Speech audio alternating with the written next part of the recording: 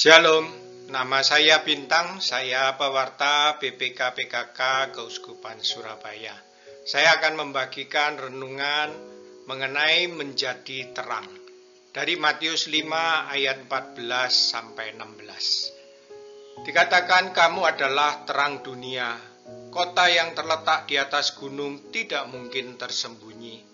Lagi pula orang tidak menyalakan pelita lalu meletakkannya di bawah gantang, melainkan di atas kaki dian sehingga menerangi semua orang di dalam rumah itu. Demikianlah hendaknya terangmu bercahaya di depan orang, supaya mereka melihat perbuatanmu yang baik dan memuliakan Bapamu yang di surga. Supaya mereka melihat perbuatanmu yang baik. Itu artinya menjadi terang. Menjadi terang yaitu dengan tidak berbuat jahat. Ya, perbuatan baik itu lawan katanya atau bisa disamakan dengan tidak berbuat jahat. Ketika saya tidak berbuat jahat, itu saya sedang bisa dilihat atau memperlihatkan kemuliaan Allah sebagai pencipta saya. Apa sih perbuatan jahat itu? Perbuatan jahat yaitu perbuatan yang dapat merugikan, mencelakakan, membuat penderitaan. Baik itu bagi sesama maupun bagi saya sendiri. Ya, kalau untuk sesama ya kita berpikir ya mungkin saja. Tetapi bagaimana perbuatan itu bisa merugikan saya? Bagaimana saya bisa jahat terhadap diri saya? Nggak mungkin. Ya, mari coba kita renungkan bersama. Ketika saya sukanya bohong, sukanya ingkar janji, suka nipu, bukankah lama-lama saya akan dijuluki orang sebagai pembohong, sebagai penipu? Ya. Atau mungkin saya sukanya ngumpat, ngomong kotor, ya. Kebiasaan, lama-lama saya juga akan dikenali orang sebagai si mulut comberan. Ya. Atau bisa juga ya, saya suka gosip. Lama-lama orang juga gak percaya, ya, akan bilang saya ini si mulut ember. Ya. Atau mungkin saya punya kebiasaan membuang sampah sembarangan. Ya, ketika saya mungkin bertamu ke tempat orang itu, mereka sudah was-was, sudah siap-siap. Wah, ini si jorok atau si kempro datang. Ya. Bukankah semua julukan-julukan atau yang diberikan kepada saya, yang dicapkan kepada saya itu sesuatu yang akan merugikan saya, ya? Di mana nama saya menjadi buruk, tercoreng, harga diri saya tercemar, ya? Itu kan merugikan diri saya. Berarti saya sedang menjahati diri saya sendiri, kan? Lalu kok bisa mencelakakan? Ya otomatis ketika jadi diri saya menjadi tercemar, nama saya tercoreng, timbullah yang namanya ketidakpercayaan. Wah, sudah gak iso dipercaya omongane, ya. Bojokan, tukang bohong, ya. Ataupun ketika bertamu, wah ojo iku kempro, itu gak bisa, ya. Itu kan merugikan saya. Berarti saya sedang berbuat jahat terhadap diri saya sendiri. Lalu kok bisa menimbulkan penderitaan kepada sesama? Ya pasti, karena apapun ketika saya jahat terhadap diri saya sendiri, imbasnya kepada orang lain. Ketika saya suka bohong, pasti ada orang yang pernah saya buat menderita karena kebohongan saya. Apa yang saya janjikan tidak saya penuhi, tentu orang itu akan menderita, sesama akan menderita. Ketika saya terlambat, tentu ada sesama yang juga menderita, karena mungkin menunggu sudah habis waktunya, ya. Mungkin ada juga yang saya rugikan ketika saya jorok, ya, buang sampah sembarangan, rumah orang jadi kotor, tempat orang jadi kotor. Itu kan juga membuat sesama menderita. Itu adalah perbuatan jahat. Atau mungkin contohnya lagi seperti gambar yang ini, ya, di mana saya parkir mobil 2 tempat, seharusnya bisa untuk 2 mobil, saya parkir di tengah-tengahnya, ya. Saya tidak peduli dengan orang lain. Itu sebetulnya saya sedang berbuat jahat pertama terhadap diri saya sendiri. Kan parkir kan enak, lainnya, tapi membuat orang lain menderita, ya, membuat sesama menderita, ya. Karena dia harus nyari tempat lain yang mungkin nggak ada tempat, ya. Pasti dia akan ngomel dan maki-maki, mungkin dalam hati, kurang ajar orang ini parkir sembarangan, nggak karu-karuan, ya. Belum lagi nanti kalau dilihat di dalam mobil ada gantungan salib rosario, waduh, celaka lagi, ya. Saya membuat menderita banyak orang Katolik yang nggak ikut-ikutan, ya. Nah, kalau perbuatan itu saya lakukan, perbuatan jahat itu terhadap diri saya sendiri saya lakukan, bisakah saya menjadi terang? Tentu tidak bisa, ya.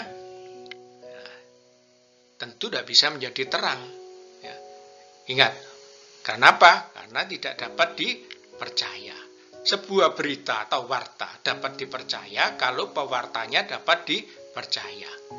Injil, berita Injil dapat dipercaya kalau penginjilnya dapat dipercaya.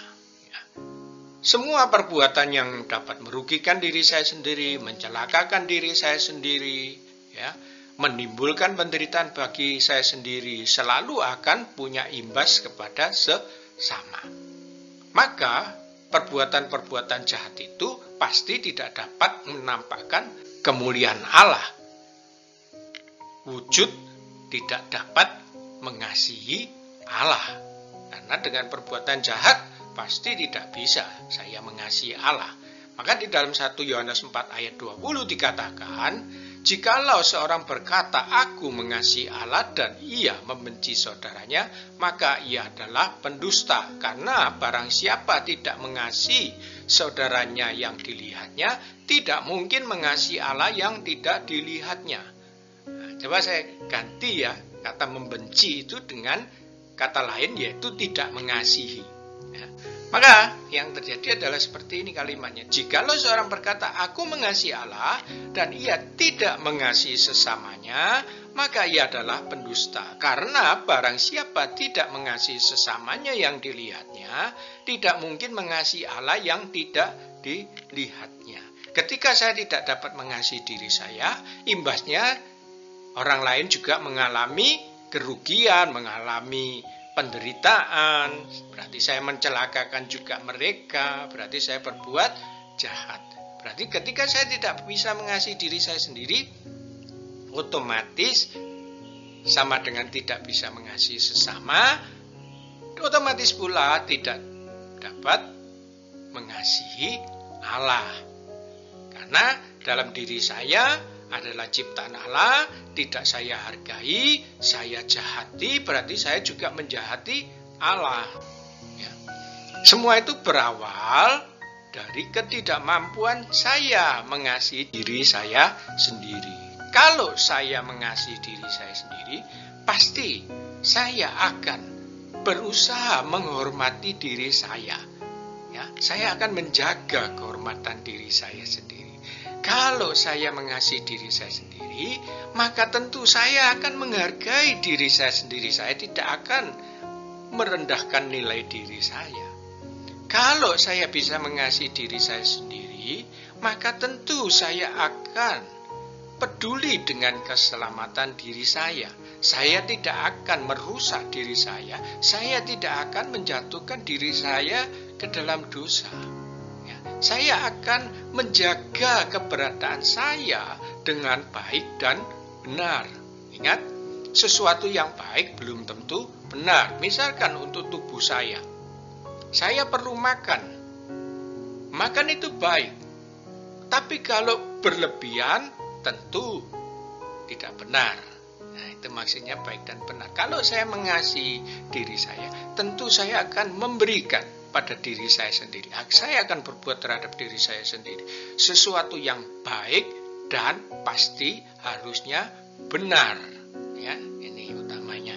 Contoh misalkan saya mengasihi diri saya sendiri. Ya, saya harus mengasihi diri saya sendiri. Saya harus menjaga kesehatan saya misalkan. Ya, saya punya penyakit gula misalkan. Nggak boleh makan gula, tapi saya tetap makan gula. Apakah saya dapat dikatakan mengasihi diri saya sendiri? Tentu tidak. Ya. 1 Yohanes 4 ayat 8 dikatakan, barang siapa tidak mengasihi, ia tidak mengenal Allah, sebab Allah adalah kasih. Itu juga berlaku untuk diri saya sendiri.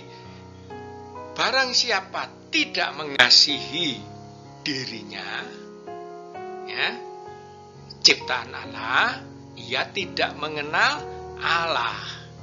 Sebab Allah adalah kasih. Berarti Allah tidak ada di dalam diri saya. Maka untuk bisa mengasihi, paling awal adalah dengan mengasihi diri terlebih dahulu. Belajar mengasihi diri terlebih dahulu. Karena apa? Karena akan berimbas kepada sesama. Mengasihi diri sendiri aja nggak bisa, bagaimana bisa mengasihi sesama? Ya. Nah, kalau sudah bisa mengasihi diri, pasti berimbas kepada sesama. Otomatis, tanpa perlu saya berkata-kata, saya dengan tidak berbuat jahat, itu saya sedang memuliakan Allah.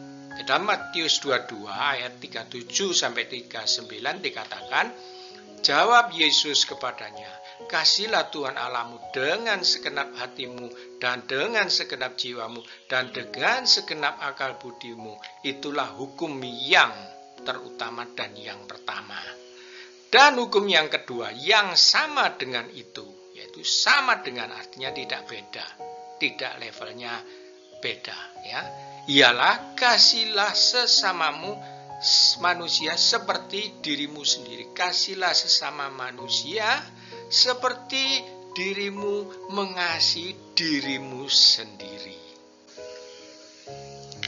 Baiklah, saya tutup renungan ini dengan statement, jangan lagi berbuat jahat terhadap diri sendiri. Dan jangan jadi Katolik yang podoai, artinya sama dengan yang di luar, yang tidak mengasihi diri. Ya. Tapi jadilah Katolik yang beda, yang tidak serupa dengan dunia, yang dapat jadi terang. Amin. Tuhan memberkati.